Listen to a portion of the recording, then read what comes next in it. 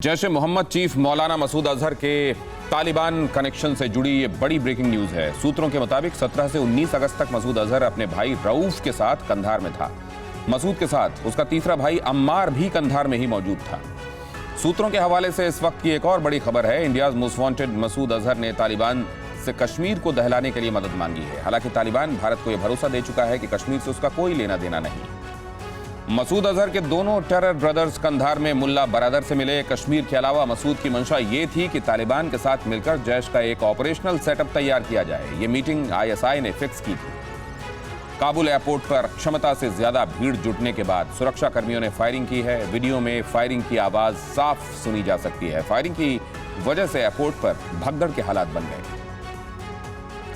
Kabul airport पर आज भी हमला हुआ। हाईटेक हथियारों से लैस 3 लोगों ने काबुल एयरपोर्ट पर ईस्टर्न गेट पर अफगानियों और अमेरिकी सुरक्षा बलों को निशाना बनाते हुए अंधाधुंध फायरिंग की है। हमले में किसी के जख्मी होने की खबर नहीं।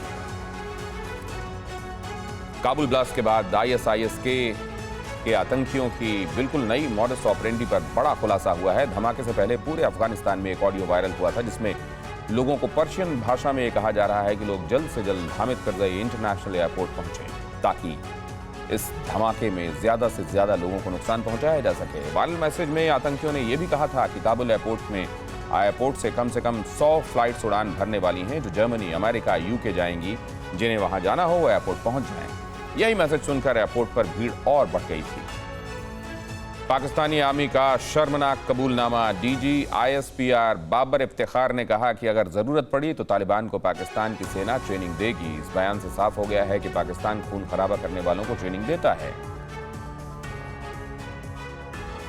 अफगानिस्तान की राजधानी काबुल में धमाके के बाद तालिबान के भी होश फाख्ता हैं। एयरपोर्ट के बाहर भीड़ हटाने के लिए तालिबान अफगानियों की पिटाई कर रहा है और ऐसा ही एक वीडियो सोशल मीडिया में वायरल हो चुका है जिसमें तालिबानी मारपीट करते नजर आ रहे हैं। काबुल एयरपोर्ट पर हुए ब्लास्ट के बाद तालिबान इस्लामिक स्टेट के खुरासान मॉड्यूल के पीछे पड़ गया है। तालिबान का दावा है कि उसने ब्लास्ट से जुड़े कई लोगों को अरेस्ट किया है और पूछताछ कर रहा है ताकि काबुल में खूनी खेल खेलने वाले पकड़े जा सकें। सुसाइड टेरर ब्लास्ट के बाद काबुल एयरपोर्ट से फ्लाइट्स फिर से उड़ान भरने लगी हैं। एयरपोर्ट पर धमाके के बाद फ्लाइट्स का ऑपरेशन रोक दिया गया था। पिछले 24 घंटों के दौरान धमाके की वजह से 170 से ज्यादा लोगों की मौत हो चुकी है।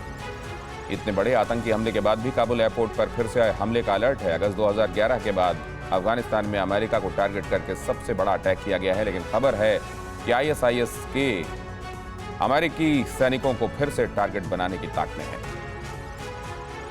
काबुल ब्लास्ट के पाकिस्तान कनेक्शन पर एक बहुत बड़ा खुलासा हुआ है। जिस आतंकी संगठन आईएसआईएसके ने काबुल ब्लास्ट की जिम्मेदारी ली है उसका सरगना अब्दुल्ला और असलम फारूकी एक पाकिस्तानी नागरिक है। असलम फारूकी पहले लश्कर और तहरीक तालिबान का भी बड़ा चेहरा रह चुका है। 27 मार्च 2020 को काबुल गुरुद्वारे में ब्लास्ट में भी इसी फारूकी की साजिश थी। इस बीच आईएसआईएसके ने काबुल ब्लास्ट करने वाले अपने एक सुसाइड अटैकर की तस्वीर जारी की है। यह आतंकी अब्दुल रहमान अल लागोरी था।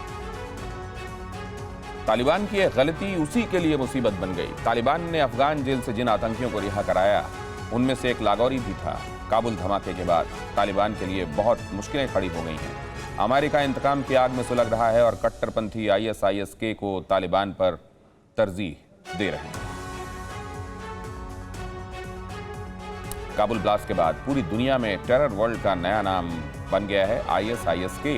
2014 में पूर्वी अफगानिस्तान में सबसे पहले आईएसआईएसके ने कत्लेआम शुरू किया था और अब यह अमेरिका के लिए मोस्ट डेंजरस टेरर ऑर्गेनाइजेशन बन चुका है।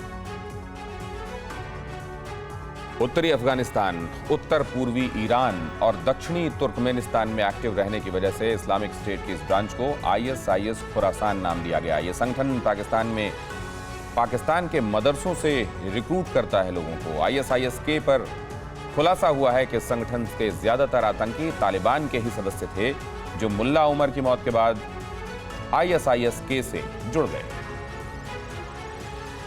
काबुल में अमेरिकी दूतावास ने नया टेरर अलर्ट जारी किया है। अलर्ट के मुताबिक अब काबुल एयरपोर्ट के नॉर्थ गेट पर कार से सुसाइड ब्लास्ट कराने की ताक में हैं आतंकी, इसलिए सुरक्षा व्यवस्था और सख्त कर दी गई है। यूएस सेंट्रल कमांड के जनरल मैकेंजी का बड़ा दावा। कहा गया कि काबुल एयरपोर्ट पर भीषण बम ब्लास्ट के बावजूद वहां 5000 से ज्यादा लोग रेस्क्यू के इंतजार में हैं। इन 5000 में से करीब 1000 तो अमेरिकी हैं जो अब भी काबुल में फंसे हुए हैं। 14 अगस्त से लेकर काबुल ब्लास्ट के बीच के 13 दिनों में अमेरिका अब तक 1 लाख से ज्यादा लोगों का रेस्क्यू कर चुका है। इन लोगों में से करीब 66,000 नागरिक अमेरिकी हैं, जबकि बाकी लोगों में अफगानी और दूसरे देशों के नागरिक शामिल हैं। फिक्र आपकी, सोमवार से शुक्रवार रात 9 बजे सिर्फ TV9 भारतवर्ष पर।